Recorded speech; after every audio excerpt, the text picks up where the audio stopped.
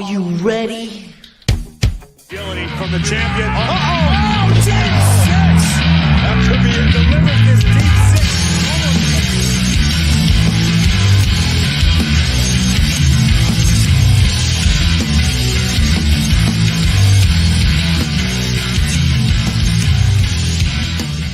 six. This is episode 126. 126 episodes. I am joined by Brandon, a.k.a. Bash. We're coming off of one of the best Monday Night Raws of the year. But before we get into that, Brandon, thank you for hopping on tonight. Welcome. Thank you, sir. I'm definitely tired after what feels like one of the longest weeks of the year, if not of the last few years. But we're here, we're ready to go, and Raw definitely kept me awake versus putting me to sleep this time around, as you said. Yeah, such a great show tonight. But before we get into that, my name is Wayne. I am the owner and host of the Pro Wrestling Podcast. Brandon here tonight joining us. And we want to hear what you guys thought of tonight's Monday Night Raw. So please drop the comments. We want to know what you guys thought of the show, because tonight was a very, very good show. Before we move forward, we are sponsored by www.backsportspage.com, where you can get your sports news. They are big Giants fans over there. If you guys love the New York Giants, they have a podcast called The Big Blue Report. Check them out. And also the Cut Wrestling Podcast is also on backsportspage.com, where you can get your interviews from past and current wrestlers in the business today. Some of the best journalism around. Check them out. And we're on that website too as well. So Very cool. Good stuff. Especially with Brian Dable now being asked to leave, which didn't seem like that was really a coach problem after the defense gives up 2 touchdowns late and you lose your starting star rookie quarterback. So, yeah, I don't know why he became the scapegoat, but you guys should definitely check out, what was it, Back Sports Page? Backsportspage.com. Yeah, definitely see what they have to say about that one, because that's going to be a good conversation. Oh, man, the New Jersey Jets and New Jersey Giants are a train wreck, especially the Jets. Jeez. Boy, we can't. That'd be a whole nother rabbit hole to talk about tonight, but we have a good show. We had a very good Raw. Let me tell you, the crowd reaction the entire night. Oh my God. First segment set the tone for the whole entire night. This was actually by far the best crowd reaction from any Monday Night Raw in the States this year. Absolutely. This crowd rivaled, well, just about. I don't know if I want to go too far, but it came close to rivaling some of those international crowds. Yeah, they were definitely that's. I mean, they have much bigger crowds out there, but even then, to get packed out, was that a TD tonight? TD Garden, yeah. Yeah, to get a packed out TD Garden, obviously everyone was behind Cena to say the least, but yeah, that was definitely some of the loudest I think I've heard. Maybe, I'm trying to remember, there was one I remember commenting on, it was loud as all hell, but it was beginning of the year. I'm not going to remember it. It's pretty interesting because early this evening, late afternoon, I just felt deep down that tonight was going to be a really good show. I mean, we're talking Boston. We're talking John Cena. And then I saw rumors of John Cena versus Dominic Mysterio that was going to happen. Yet WWE had not posted that. Adam Pearce had not announced that. So somewhere along the way, the IWC posted that and kind of let the cat out of the bag. But we see Triple H. He comes out and basically giving John Cena his flowers. We're not going to break down the whole interview because there's just a lot to unpack tonight. But we see Triple H giving John Cena his flowers for the long storied career that he's had in WWE since 2002. And then we see John Cena come out to a very, very loud pop. That crowd was hot for John Cena, let me tell you. But then we get Dominic Mysterio interrupting Cena. I'm like, oh boy, are we gonna get a match here or a future match like next week or something? Like, but Brandon, I'll let you take it from here. This part. I mean, that was impossible. Let me get to my notes real quick. Impossible to imagine that you are going to hear the loudest boos. Not a single soul wanted to root for Dom, which, as I had just spoken about last week, he was 50-50 against Dad. Ain't no 50-50 tonight. He was completely booed out, and he said, I would beat John Cena in any era at any what was it? Any era, anytime, at any anytime, any place, any era. And Triple H goes, well, this seems like a pretty good era, pretty good time, and a pretty good place. Let's get this match started right now. Right now. Right now. That crowd was hot. Mm-hmm. Absolutely. Woo-wee. Man, I was like, you got to be kidding me. This is really happening. And they like this was like a really good match. Like Dominic showed that he belonged in the ring with John Cena. It was a pretty good back and forth for a while, and then the shenanigans start.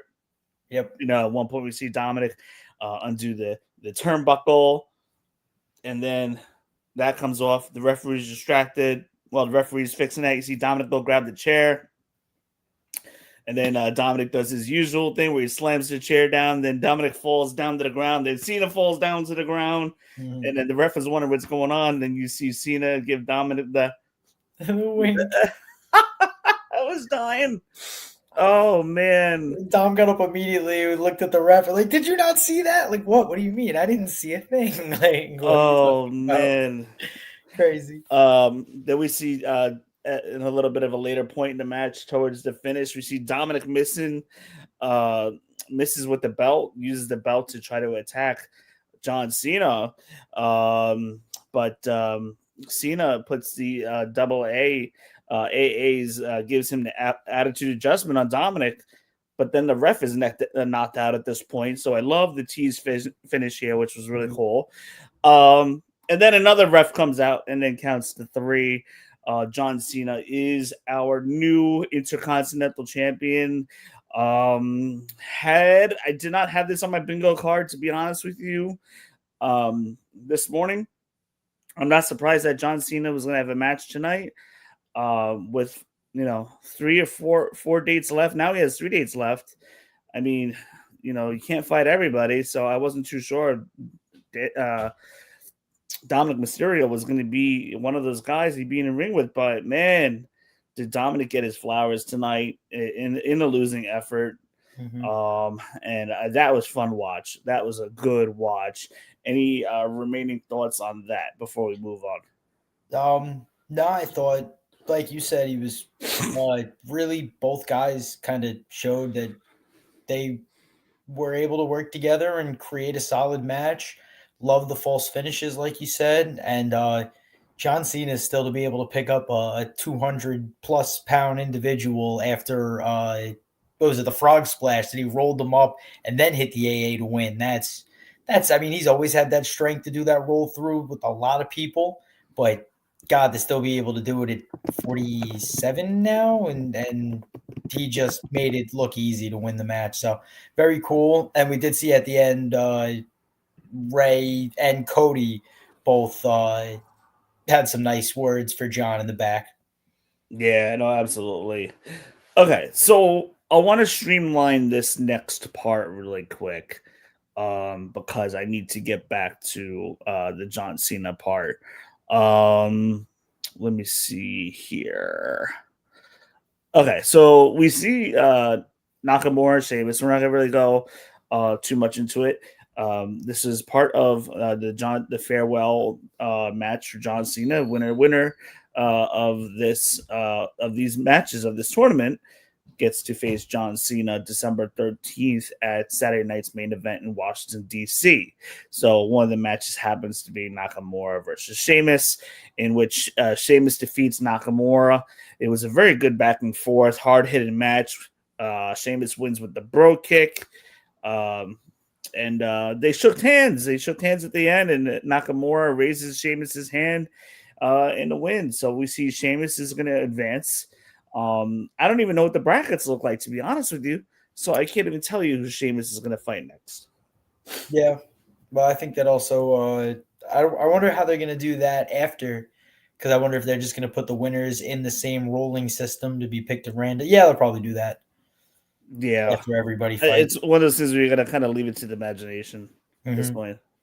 And then we see Damian Priest versus Rusev. Rusev gets the win, and after Rusev got the win against Damian Priest, Rusev was doing the "You Can't See Me," and he's basically doing his taunt and stuff. Yep. I honestly don't think that Rusev is going to be the guy to face John Cena. I think the person that does face John Cena should be the one where it's going to benefit most and catapults a new career, which we'll get into in a second.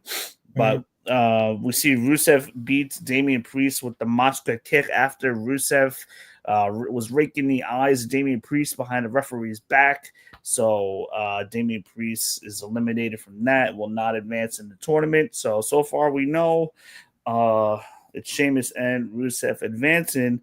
But to get to the next point, we see, let me see. So I'm going a little bit out of order in my notes, but because there's a reason why I want to do that. Gunther is announced to be in the tournament. Let me see. He's actually going to be facing Javon Evans. So that's going to be a really good match. That'll be next Monday night at Madison Square Garden. And also, they announced Solo Sikoa is also going to be in the match. And his match is a mystery man. And Adam Pearce was like, we're going to reveal that next week. Yeah, I'm kind of surprised with the revealing, the mystery reveals, because they already have one on SmackDown and now they have another on Raw. So I feel like Adam and Pearce they always love to copy each other in some ways. You know, whoever does something first, they go, I'll give it back to you. So I somewhat like it, but I just don't know where they could come from. I'd love to see an AEW guy. I'd love to see a return of somebody. I think it's going to be somebody from NXT getting called up. That could be another one. I do have to admit that I'm not a NXT watcher, so the Javon Evans name and pull, I don't want to say it does make sense and doesn't make sense. I guess they want to show a couple of new guys. And as you said, this tournament is to kind of elevate somebody else into the next step of their career. So why not give some guys that aren't going to face John Cena at least a chance to show out in their match? So I guess pull up Javon Evans, but now with a returning Gunther, I think more people would want to see Gunther versus John Cena or Gunther versus Rusev or Sheamus or whoever moves on. So, yeah, I think Gunther would be an interesting pick for John Cena. That would feed more into putting over his heel character.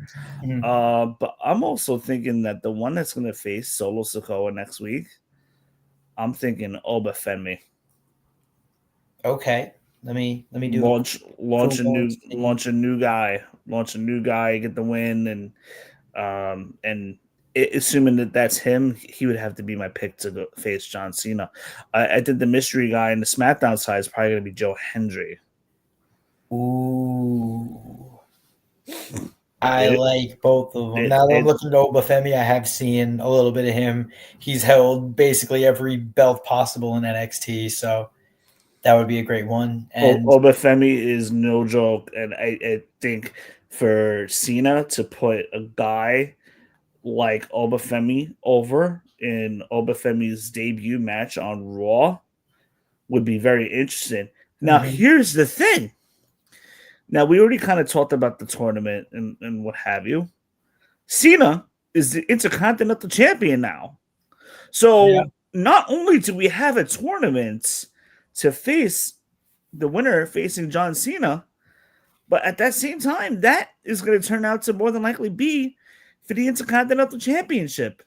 So what happens if you have a guy that comes in out of nowhere makes it to the finals like an Obafemi, and then wins the Intercontinental title. Talk about putting a rocket on someone's back, and then whoever were to beat John Cena can go on for the next several months and say, "I retired John Cena. I put him out of his misery." Blah blah blah blah. It's the story writes itself. You got to go that route. I don't think you need to put a Sheamus or Rusev or Damian Priest in there, or Nakamura. I just don't think it does anything for anybody. But you put a new guy in there like a Braun Breaker or Obafemi to take on Cena in his last match, and then put over whoever faces Cena. I mean, that's the way to go. You just gave me two, if I'm a writer, really good opportunities. One is you already want Braun Breaker to be your guy, but probably stay a heel, especially now with Logan Paul somewhat kind of sort of joining the division, but not really, which we'll talk about that later because that was another crazy part of the night. But if you want him to become that heel, like you said, put over John Cena, get put over by John Cena, take away his belts, and they said that they're on a search for gold. So I love that with Braun Breaker. Second pivot, LA Knight is now taking on your mystery guy. So maybe it is a Joe Hendry that people love. LA Knight, unfortunately, has to beat Joe Hendry, start to see a little bit of the heel turn. Then he maybe faces another face, wins, and gets that heel turn. And everybody that he takes on in this tournament is a face. You start to get that little bit of a heel turn from LA Knight, and then he takes the belt away from John Cena. You finally give a belt to a man that deserves it in LA Knight, and you're able to get a heel turn out of him because he's been a face ever since he's been in there. And I do believe that John and LA Knight had an interaction a little bit ago, and I think it was good, but I want to say they were in a tag match together. I don't know if I'm remembering or forgetting that correctly, but I do remember them being in the ring at one point together. I'd have to go back. That must have been a while back. I believe it was, but now as I'm thinking of trying to tie all these pieces together, where maybe that would be an opportunity for a heel turn LA Knight and a championship opportunity LA Knight. I mean, yeah, you definitely could do something with that as well. If as long as there's some kind of purpose to it, I just think that John Cena putting over somebody would be a good opportunity to launch somebody. It was LA Knight and John Cena versus the Bloodline. Oh wow! Okay, so now we're talking like that was early this year, 2023. So that was 2 years ago. That was 2.5 years ago. Wow. Yep. Okay, that's why I wasn't remembering that. That's a good point. I don't know why I remembered that. And like that just came out of left field for me, but I was like, I know that they were together in something. So now if you have Solo involved, if you get Jay involved, is the Bloodline involved? Like there's so many different ways to connect that. So I would my guy is LA Knight. I've loved him since he came in around this time, that 2022, 23. Yeah. So if they can change him into a heel and give him a belt, I'm all for it. Let's go. I'm riding with it until he leaves. They could. He is overdue for a belt. He really is. Moving on, we see a backstage segment. We see Maxine tell Adam Pearce that she is ready for her rematch with Becky, and Adam Pearce grants it for next Monday night at Madison Square Garden. But long and behold, Becky Lynch, after Adam Pearce walks away, attacks Maxine. And Becky Lynch basically tells her, "You have no chance next week." Yeah. And that is the setup that sets the stage for next Monday night. We're going to get Maxine challenging Becky for the Intercontinental Championship, where I believe Maxine will get the upset win in Madison Square Garden. What do you think? I expected this to be more at the time of main event. I expected we see Maxine to have like a setup match, like someone says that they want to take on Becky, and then Maxine is like, you know what? I want to earn my spot back. So let me take on this person, shut them up, and then I'll prove that I have what it takes to take on Becky. But now getting it at MSG and having 20,000 fans at MSG cheering and hoping for the upset, I do like it. I agree with you. I think that Becky, not that it's overdone, but I think that they can definitely give Maxine a month-long run and then take it away from her at that main event. The Saturday Night Main Event. I don't know if I'd want to see Maxine win the belt and then lose it that soon. That's where it's tough because I don't want to say what has Maxine done, but to be honest, what has Maxine done? So maybe like 2 weeks later, the end of the year, if there's any big show. No, there's really nothing in like December. It's tough. It's a good point. They really haven't heated her up. Mm-hmm. Like they've only been heating her up against Becky, but they haven't thrown Maxine any enhancement talents or low mid card like opponents, right? Just to kind of like build her up. Like they've kind of just fed her Becky like 3 consecutive times. Exactly. So that's where I was a little confused there. They said maybe let her win, lose it, and then Royal Rumble get it back. WrestleMania get it back, be in the Royal Rumble and have a good showing out and make a couple of eliminations. Like you said, you said it a while back with Lyra Valkyria is you need to have a reason to either boo somebody, cheer somebody, root for them. It just seems like Maxine is kind of not a comedy character, but with the comedy people and trying to get recognized. So I don't know. We're kind of getting that Carmella effect again. Yeah, that's a good point. But Maxine kind of came out of nowhere in the fact that she had that amazing match with Becky Lynch 6 weeks ago, almost 2 months ago now. And that's kind of what got like a lot more people behind her. And like all I know is I was like, dang, like I did not want that match to end, that first Maxine Becky match that we saw. That was a good match, and that's kind of like for me personally, that kind of sucked me in. It's like, okay, Maxine's doing something here, and I liked it. Like they just told a good story. But yeah, you definitely could have been heating up Maxine a little bit. Maybe they just didn't want to overexpose her. I don't know. But sometimes, you're as good as your dance partner, Yep.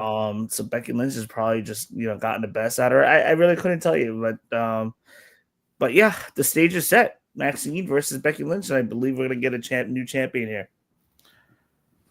I like it. Would love to see it. I was a fan of Maxine for a while, so I liked Maxine. Like she was just kind of at times she was very hokey. Yeah, very very hokey, and that worm had to go. Thank God it's gone. I don't want to ever see her do that again. Did not like that. The next segment from there is we had CM Punk calling out Logan Paul. We knew this was happening. For that sucker punch that CM Punk had received last week, that when Raw went off the air. Paul comes out after CM Punk was calling him out. Logan Paul finally answers and basically tells CM Punk that after taking that tsunami, his eyes were opened wide to a whole new vision. And then out comes Paul Heyman and the Vision, and they come to the ring to approach CM Punk, and they're about to do that thing. CM Punk's like, "Oh, come on, everybody!" He's basically inviting everybody to come into the ring. He take them all on. CM Punk had the chair in hand, and then or did he? But oh no, he has a belt. And then you see Jey Uso come into the ring from behind, from the direction of the timekeeper's table. And we see Jey Uso side by side with CM Punk. And then the Vision hits the ring with Logan Paul. And then we see out comes Cody Rhodes for the save. So now we have a 3-on-3 situation. Cody, Jey Uso, and CM Punk help clear out the Vision. And then we get that backstage segment later on. And Punk's like, I'm sick and tired of these games. I got friends here. And, we want to take care of the Vision. And then CM Punk is like, Regal. And then Regal shouts out, War Games. So we're getting that match. Did you see the short that I posted a couple days ago? Very possible. Okay. I'm the worst with remembering things, but very possible. I think it is a short specifically predicting who were going to be the teams for War Games, and this was about a week, not even. It was about 4 or 5 days ago. I posted a quick short on YouTube predicting War Games, and in that prediction, I had CM Punk, Jey Uso, and I did mention Cody Rhodes as a possibility. I'm pretty sure I did. On the other end, I had the obvious. I had Bronson, Braun Breaker, Logan Paul, possibly Brock Lesnar, which I think we're going to get next week at the Garden. I think I'm willing to bet Brock Lesnar, because we only have 2 more Raws. Let me see. So we got the 17th, the 24th. 2.5 weeks. Yep, you're right. So we only have 2 more Raws before War Games. So I'm expecting Lesnar to join the Vision. I found it here. Nice. On the other end, I'm expecting Roman Reigns. Mm. Yeah. You gotta have Roman we were Reigns. saying that it would absolutely make sense.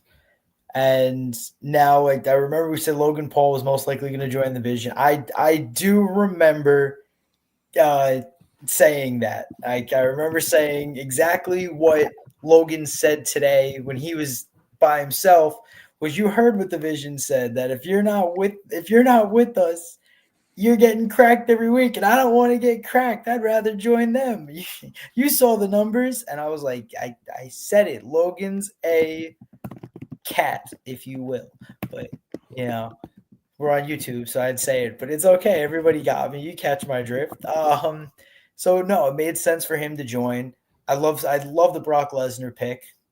Yeah, he's got to be the 4th man to join the Vision, 100%.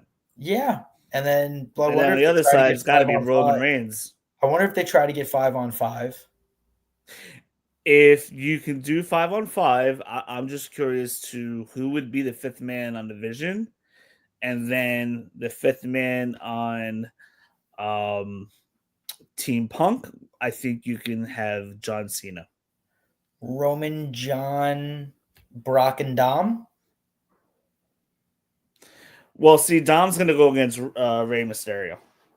Okay, fair. They're setting that up already. Now that there's not a belt, or they could do that for the AAA belt, which isn't bad because Ray did wrestle, I believe, there a couple of times. Yeah, so I'm thinking, I'm leaning towards Punk, Jey Uso, Cody, Roman, and then on the other side, Brock Lesnar, Braun, Bronson, and Logan Paul. Makes so sense. that's my 4-on-4 for sure.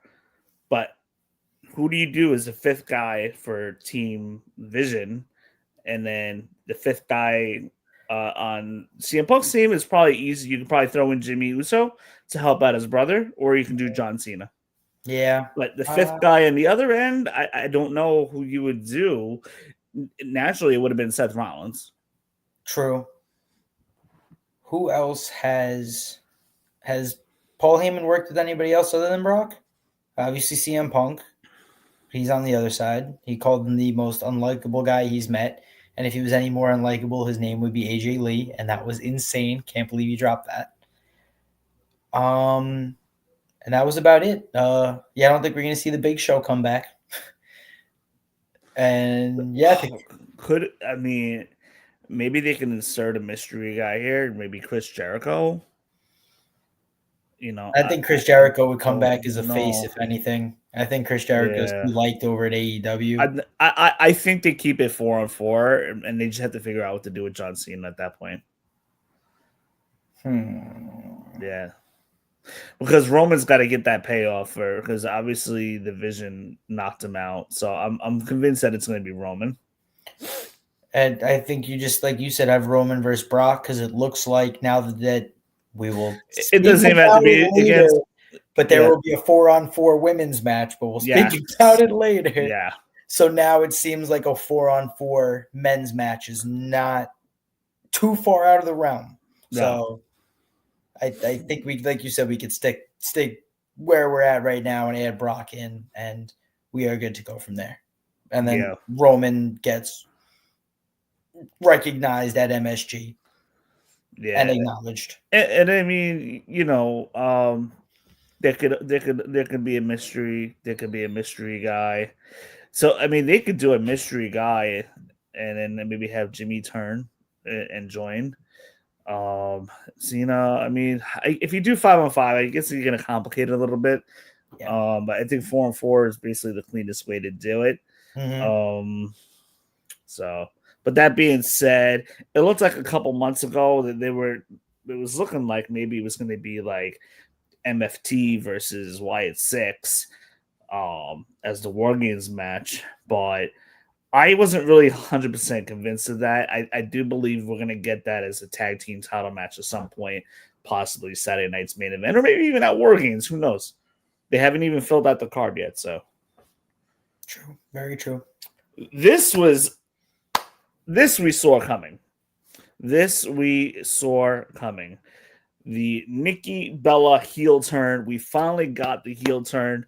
I honestly thought this was going to happen a week ago, but once we saw in a promo last week that Stephanie Vaquer was, propping up Nikki Bella because Nikki Bella was going down on herself, and then Nikki Bella was like, you know what? I'm going to be out there and support you next week. That was the red flag. That was the sign. It's like, that was the sign that I got that. Okay, we didn't get the Nikki Bella heel turn tonight, but we're getting it next week. And that finally happened tonight, where Nikki Bella turns on Stephanie Vaquer. I am going to post a reaction video for that because I did make a reaction video for that. It was in real time, so I got my most authentic reaction. I can't wait to post that later this week. But we see Stephanie Vaquer accompanied by Nikki Bella tonight, and to face Raquel Rodriguez, and Stephanie Vaquer defeating Raquel, retaining her world heavyweight championship. Stephanie and Raquel had a very good match. I think Raquel looked very good. I think she worked the perfect big man style against Stephanie Vaquer.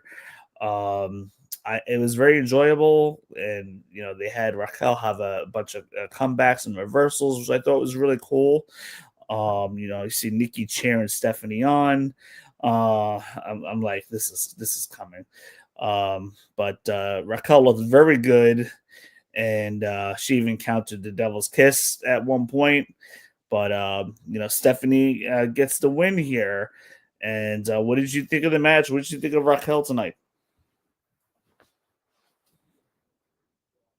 Oh, I think you're muted. Was I muted that whole time? No, you were good. That was me. Did you hear me? Yeah, you're good. Because I just put down this mic here. Oh, no, yeah. I don't think the up-down mattered.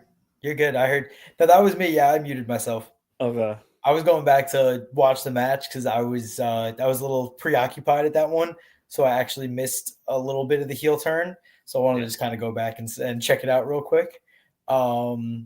But other than that, no, I definitely thought Raquel looked good. I can't imagine how easy and tough it would be wrestling somebody much smaller than you. But you see that a lot of those matches do look very good. And I think that I don't want to say Nikki Bella showed her cards at all. You were able to read it the whole way, but even down to helping her out, grabbing Roxanne and throwing her against to get her away, that was great. And yeah, the back and forth, the counters, very good in a women's match. That's when you can actually watch and enjoy and sit when it's counter back, someone lands, then it's the other person lands, and you have those back and forth. Who knows who's gonna win? That was a good match. Yeah, for me, like I didn't think Raquel was gonna win tonight, but it was more about setting up the heel turn, which we got. Um, but Raquel Gonzalez, should I say Rodriguez, but her real name is Gonzalez. Mm. But Raquel Rodriguez looks very good, and she's been doing some good work this week, and she's turning into one of my favorites to watch. I definitely want to see more of her, more of the tag team division as well. If she can get a couple of solos matches, would be great. But yeah, no, they tonight was also a good showing for the women's division. I will say. I know I said last week that they didn't know what. It didn't seem like they knew what they were doing, but there's definitely a few directions that they're going to be able to go in now. For those of you guys that are watching, my name is Wayne. I am joined by Brandon, my co-host. I'm the owner of the Aftermath Pro Wrestling Podcast. Be sure to like and subscribe to our video. Give us a follow. We are sponsored by backsportspage.com. Check them out for all your news, interviews, and other sports that you would like to read about. You can catch it all there. Those of you guys that are watching, feel free to drop some comments. We want to know what you guys thought of tonight's Monday Night Raw. Anyway, you know what? I feel like doing a quick burial. Oh, bring it back. Yeah, I feel like doing a quick burial. This is Second so straight week. impromptu, Let's but I go. found an excuse to do a burial tonight. Let's see here. Here we go.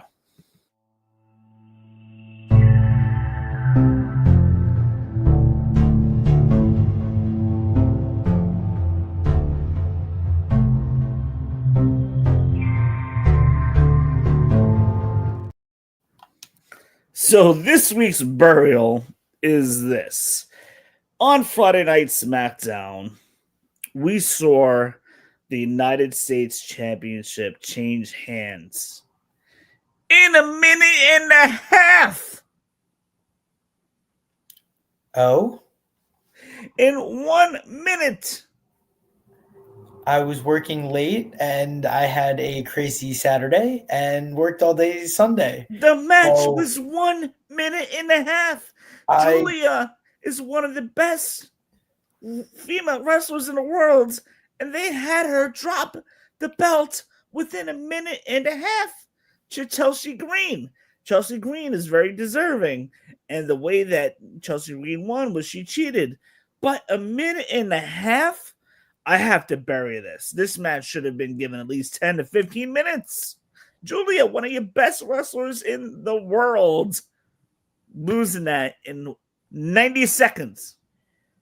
Well, I mean, I definitely missed that, and I like the burial decision. I know that, again, as we talk about the tag division, and like there's a lot of women that are rocking together, not in factions, but in, teams and everything. And Chelsea Green has her little team that was able to help her out in the long run. Now that I'm watching this back, oh my God, why are they doing this? Oh, they're collecting belts. Gotcha. Okay, we got more belt collecting. Gotcha. Makes sense. So now both Chelsea Green and Ethan Page are dual champions. So There it is. Okay. Yeah, I think I you probably just finished the match. You probably just started and finished the match within the last minute. Yep. She did the feet on the ring because, of course, they did the feet on the ring because that's how 50% of the cheating matches end up being. And then hopefully Julia gets it back either at Saturday night or if not at main event. I'm led to believe that they may be trying to, because there's been scuttlebutt around Julia possibly getting like a further push. And I would think that the perfect opponent for that would be Stephanie Vaquer. Because they know each other so well in the ring, and they'll have a bang. They'll have a WrestleMania worthy match. Love that. Yeah. What was the name of her move? The corkscrew, the Stephanie Vaquer. Oh, it was like corkscrew swanton or something. Yeah, it was Sasha. There's Sasa. I don't know. I couldn't even pronounce it when they first said it. Oh, Saka. I don't know. It was a strange name. So we are going to move on to the women's title match. And let me tell you, at this point of the show, this show was hot the entire night. It doesn't even matter. Believe it or not, the way the men's tournament matches for the John Cena farewell match, like those were placed in cool down spots, like breather segments. Because one of them followed the Cena segment, and the other one followed another segment, but prior to the main event. And the fans didn't take a breather at all the whole entire night. No, they were in it the whole way. They were in it the whole way, and like, how do you follow? How do you follow what we just saw in the first 45 minutes of the show with John Cena coming out and then Dominic interrupting and then having an impromptu intercontinental title match that most of the WWE universe didn't expect was even going to happen, but we got it. But how do you follow that? Well, I felt that the last match of the night and everything that happened there did a pretty good job following everything that we just saw. I mean, absolutely. That as we go into the match, the fact that I love when you don't know who's going to win matches, and through the first 5 minutes, back and forth, switching on and off, who's in. Charlotte Flair got a few more minutes than I expected her to get, because she's also starting to turn into the 25% in the ring. The other person takes 75% of the bumps. But she was in there for a lot longer than expected and was putting out good moves and good matches. And Asuka looks very natural working with Charlotte, as they've worked for 10 years close to. So definitely good in ring for them two together. Asuka, you would never think she's in her mid-40s. The way she works, the way she moves, she basically moves just as quick, good and just as quick as Lyra Valkyrie. I think they're like right on the same level still, and there's a 20-year age gap. Absolutely. With Asuka, you wouldn't think that she's in her 40s the way she moves around the ring. I think Asuka's one of the most quicker strikers in all WWE, aside from Lyra Valkyrie and AJ Styles. AJ Styles is another quick striker. Asuka's a quick striker, and her and Charlotte always put on a good match. And then even Alexa, they all know each other so well at this point. So this feud's been going on back and forth, and the Kabuki Warriors have kind of been chasing for a few weeks now, for the better part of the last 2 months. And so I wasn't shocked that Charlotte and Alexa Bliss lost the belt here. Where they go with Charlotte and Alexa going forward, they could be setting Charlotte up for, a possible match with Jade, around the new year. And Alexa, I'm not too sure where they go with her. She could split off and maybe do stuff with Wyatt Six, possibly. But anyhow, we had a very, very good back and forth match until we see Charlotte has the figure 8 on Asuka. All the while, Alexa Bliss has put the Twisted Bliss on Kairi Sane, taking care of her. While Charlotte has Asuka in the submission hold, we see Nia Jackson, Last Legends, interfere and breaking up that submission holds. Alexa Bliss is out, and so there's interference there, and they basically costed Charlotte and Alexa the title.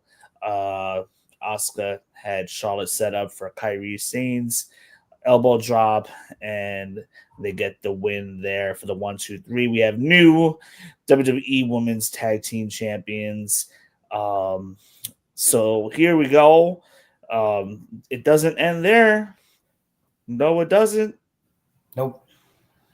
Lash Legend and Nia Jax with powerful combo, but they decide, no, we got to beat up the former champs because, losing their belts just wasn't enough. They need to inflict it a little more pain.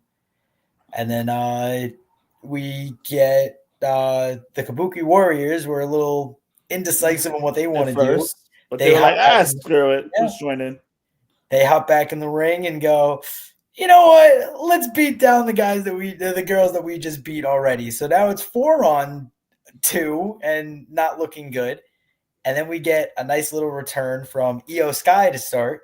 We hadn't seen her in a little bit. Comes on out and at least makes it a 4-on-3, but she starts to get beat down. Yeah, and I knew like the crowd, and I think the crowd was calling for it, but I knew what was going to happen next. Yeah. I just felt that what was going to happen next. Rhea Ripley with the mask, baby. I love the basketball mask in the house of the Boston Celtics, the OG. Looked like she had the mask after the basketball guys gets hurt and they need to wear that. But looked great, and she took on all four basically by herself and wrecked house as she always does. I didn't even realize that Rhea Ripley hurt her face. Oh, you didn't know that was the reason she was out for a month? No, I did not even know. Oh yeah, it was in Japan. It was on like the world tour that they were having at the time and everything. So it was not underground or whatever you want to call it, but a house show out in Japan. I don't remember who did it to her and how it happened, but I do remember seeing claims that she was going to be out about a month. And I guess I didn't really piece together when she would come back, but tonight was the right night to do it. Yeah, absolutely. That pop. Did you hear Boston crowd pop?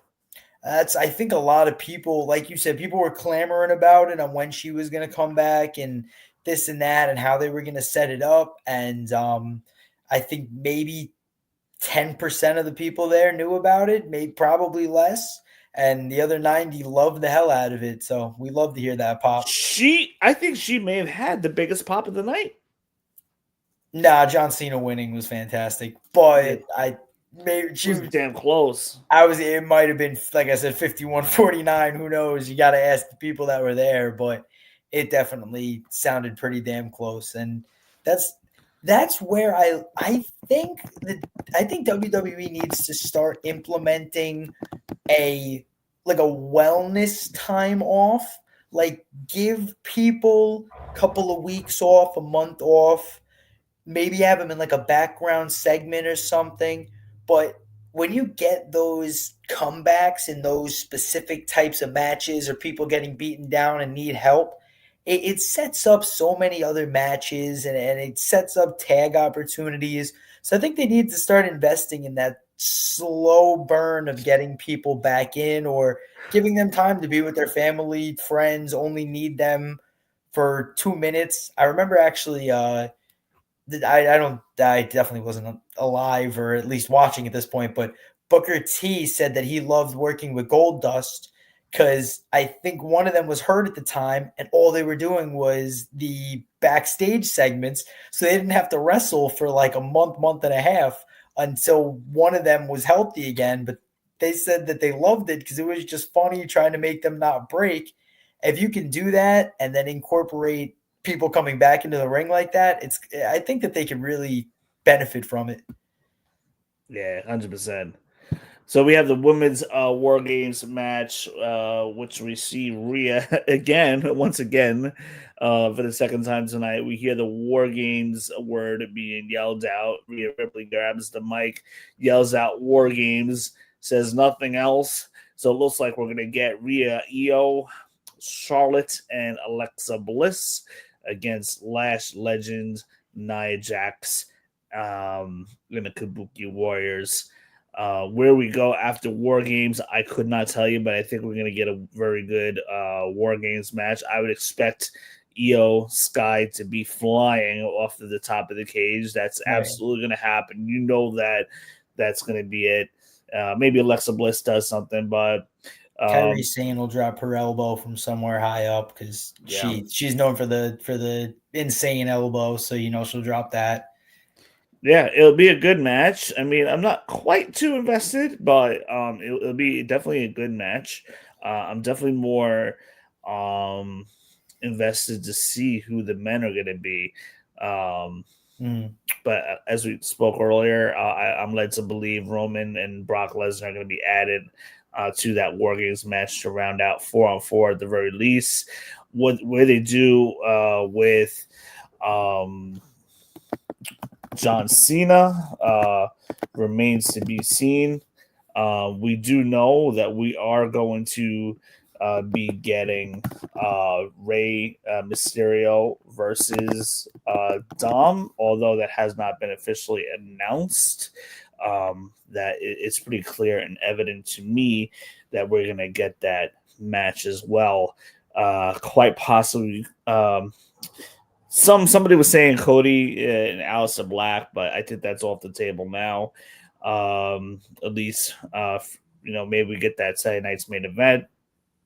Let me see. We got Cody on one end. And then so there's not gonna be any world title matches at War Games. So that's not happening, at least for the men. As far as the women goes, we very well could see Stephanie and Nikki Bella. I don't think in the women's War Game match, but I would say you gotta have a title match. You gotta have a title match because you're not going to get it with the men. We'll see what they do with the tag team titles too as well. There's got to be a lot more that they're going to add than just the 2 cage matches and the Rey and Dominic. So I believe you're going to get Stephanie there against Nikki, and then what other stuff that they do, we'll see from there. It's so tough when you have 2, how do you say it? 2 shows that are only 4 weeks apart, so they're going to have to try to build on one and then still leave room for the other. So because there's those 2 War Game matches that are going to take time and include many different superstars, like you said, you need at least that one, maybe 2 championship matches. You can get a tag match in there as well. But that's where, like you said, it's tough to make a good show and then build up to the next one. But we'll see exactly how they're going to do it. But yeah, they're going to have to try to figure it out over the next 2 SmackDowns and 2 Raws. Yeah, and not to mention we'll probably get Chris Jericho, I would think, back by War Games. Or maybe they just hold him off till Royal Rumble, but I think Jericho comes back by War Games. So that would be some time filler too. They may even do that CM Punk style. Like I could almost bet you, I don't know if it's 100% would happen, but I would not be too quick to shut off the pay-per-view after the main event of War Games, which I think would be the men's War Game match. I would probably hang around for an extra few minutes to see if Jericho's music hits, because that would be interesting to start that angle, and whatever he decides to do. Sorry, you were at AEW a little more than I. Did CM Punk and Jericho have feuds during their time together? I do not believe so. Okay. I do not believe they crossed over. And I could be wrong because I was kind of still part-time watching. I don't believe so. Maybe they may have crossed paths really quick. CM Punk wasn't really there for long. Yeah, they didn't really. He had a couple of years there. CM Punk versus the great Chris Jericho at WrestleMania 28 in 2012. So there is some history there. Yeah, that did happen. I was there for that, Miami. Oh, really? You were there? Wow. Yeah. That's so. There's definitely Watch a couple of minutes after. I do like that because Yeah, that's I'm thinking that could be something because Triple H has a habit of doing that, like letting the show drag on and then something happens at the end, or somebody yeah. shows up. This happened a few times. Jericho Um, does also have a fantastic Royal Rumble track record as well, and also a few great comebacks in the Royal Rumble. So, like you said, they might hold off, maybe even have him win to take on CM Punk, and have a WrestleMania 13 years in the making for another belt. But who knows? Was this a report that did you see that Jericho wants to come back to WWE? it is heavily rumored right now that Okay. that's happening and that's in the works. Heavily rumored. Mm, So I'll be looking for it. Um, so we got maybe. to keep that in mind as a possibility. But you got to figure new angles that are going to somehow start springing out of War Games because we're getting closer to Royal Rumble season, WrestleMania season. Mhm. So typically we do get new angles um, Yeah. starting usually around Survivor Series. So that should be pretty interesting there. Maybe we get a heel turn in um, that men's match of the War Games. Maybe Jey Uso finally turns heel there. Not necessarily to join the Vision, but to maybe go off and do his own thing. So we'll see. But we're getting close to War Games. We only have 2 more Raws separating between now and War Games, not to mention the SmackDown. 2 SmackDowns left. So we're heating up. We are heating up. And tonight was something else. Yeah, to say the least. I'm ready for some exciting uh, matches, and I'm gonna have to start watching SmackDown again. I do say it's tough from my Fridays to Saturdays. It's definitely not easy. I usually close my job on Friday nights, so I get home at 9:30. By then I'm tired, and then Saturday is work, and then UFC events, MMA, this, that, the third. So a little tough, but Yeah, I'll get back into it. speaking of Ilya Dragunov, man, he's been tearing it up every single week. I mean, I'm glad they know what to do with one with one belt on there. Yeah, 'Cause apparently, as you said, Julio is losing that one quickly. At least they're having some fire matches with the other side. yeah. Any last thoughts that you got, Brandon, before we close out the show? Uh, Sheamus is really white and really red. Sorry, I just randomly the kicks that he was taking from Shinsuke. It was still that match was really good. I know we kind of brushed over it, Yeah, but that was one that I could definitely watch that one a couple times over, and they're just they're just both good. I remember loving Shinsuke coming in and Sheamus looking like a goofball when he returned and had the mohawk. So 2 guys I've been watching since basically I was a kid. So cool to see them wrestling tonight, and very cool to see John Cena getting that belt again. Another guy that I've literally been watching since I was 5 years old. So now 20 years later to watch him continue to get belts and still be one of the greatest of all time. I very glad getting and hey, a grand slam for that man. The one belt that eluded him his whole career. So that's where when I saw the setup, I was like, he might win this. They might give it to him. So I'm glad they did. yeah. Which leads me to believe that I'm like I said, like hit with him winning an intercontinental title. Like I'm very convinced now that Cena's gonna be losing on the way out and dropping that title to somebody. Yeah. To Like who like we we won't said, know that's yet. definitely the way to grow a character. Yeah, but it's got to be somebody fresh. It's got to be. Originally, I was going with Braun Breaker, but it can't.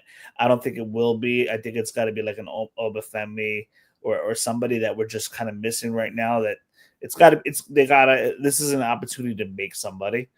L.A. Knight. Yeah, I mean, I'd rather see L.A. Knight get that spot more than anybody else. Um, like a Sheamus and Rusev, just because. Um, we've kind of seen, we've seen these matches already. We got to see something new. Here, and then see a new star made. The only reason why I'd probably want Sheamus in there, if anything, if he happens to get the spot, simply because he's never been an Intercontinental title holder, so this could be a way to get the belt on him. But I think you really got to put somebody in this match that gets a major push from this day forward, because you can use this opportunity to really make somebody. Absolutely. Oh, Green Shirt Guy was there tonight as well. So cool to see Green Shirt Guy. That guy. Really? I mean, he does live a lot of people's dreams, being front row at 50 WWE shows a year. So I definitely get you. Yeah. I really wonder what he does. I from what I hear, he's a real estate agent. Huh. Maybe he sells maybe he sells the houses to the wrestlers. Yeah, supposedly the story is he got hit by accident at a wrestling event by CM Punk. I don't know if it was by accident, but he got hit by CM Punk, or CM Punk was trying to hit somebody and then it hit him, and then he pressed charges, and it was WWE's way to drop the charges by granting Green Shirt Guy life access to WWE shows. Huh. Well, good hush money. Because I certainly don't know why he's been there for years on end. But yeah. So cool. that's what the legend story is. But well, he was in Boston. We'll see him in DC. We'll see him at War Games. We'll see him a lot of different places then. Yeah. To those of you guys that are watching, thank you so much for joining us. Feel free to leave your comments, hit that subscribe button, as it will help us out. We will be back next Monday for sure. Make sure you guys are leaving or keeping up with the YouTube channel this week, as we will have some content being produced for you guys. Also, we'll be doing a new video of another action figure unveil. I've been going a little crazy with the action figures lately, I'm not going to lie. But so be on the lookout for that. In a couple of weeks, be on the lookout for a Friday Night SmackDown review show. Yes, I said it. We haven't done a Friday night review show in years. Probably 2 to 3 years, maybe, if I had to guess. But we're planning one soon. That's in the works, so keep on the lookout for that. We will let you know when we do that. So be sure to be subscribed and keep up with what we have going on. A lot more content being put out lately. So make sure you hit that subscribe button. Those of you guys that are watching, thank you so much, and you guys all have a wonderful night. Agility from the champion. That could be a delivery.